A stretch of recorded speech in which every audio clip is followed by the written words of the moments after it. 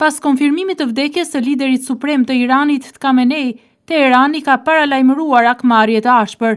Konflikti mes Shteteve të Bashkuara dhe Izraelit kundër Iranit ka hyrë në ditën e dytë, duke shënuar një përshkallëzim dramatik të situatës në rajon. Garda revolucionare e Iranit deklaroi se do të ndërmarrë operacionin më të egër ofensiv në historinë e vendit, ndërsa njoftoi nisjen e sulmeve me raketa dhe dron në shkallë të gjerë ndaj 27 banesave ushtarake amerikane, si dhe objektivave izraelit në rajon. Nga ana tjetër, forcat e mbrojtjes së Izraelit konfirmuan një valë të re bombardimesh ndaj objektivave të Teheranit. Forcat ajrore izraelite po kryen një operacion ajror në shkallë të gjerë kundër objektivave të regjimit iranian në zemër të kryeqytetit. Televizioni shtetëror iranian bëri me dije se pas eliminimit të liderit suprem të Iranit Khamenei, vritet vajza, dhëndri dhe mbesa e liderit suprem, ndërkohë të vrarë kanë mbetur edhe shumë drejtues të lartë të shtetit. Gjatë sulmeve u vra edhe shefi i inteligjencës së policisë së Iranit. Irani ka shpallur ndalimin e hyrjes së anijeve amerikane në gjirin persik dhe ka pezulluar tregtim përmes ngushticës së Hormozit.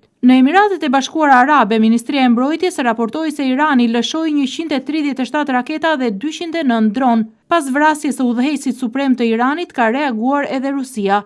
Presidenti rus Vladimir Putin e ka quajtur vrasjen e udhëheqësit suprem të Iranit si një vrasje cinike që shkel të gjitha normat e moralit njerëzor dhe ligjin ndërkombëtar. Ndërkohë një person ka humbur jetën dhe 11 të tjerë janë plagosur në aeroportin e Dubait dhe Abu Dhabit pas sulmeve të Iranit në lindjen e mesme, si akmarrje ndaj një ofensive të Shteteve të Bashkuara dhe Izraelit që nisi këtë të shtunë në mëngjes.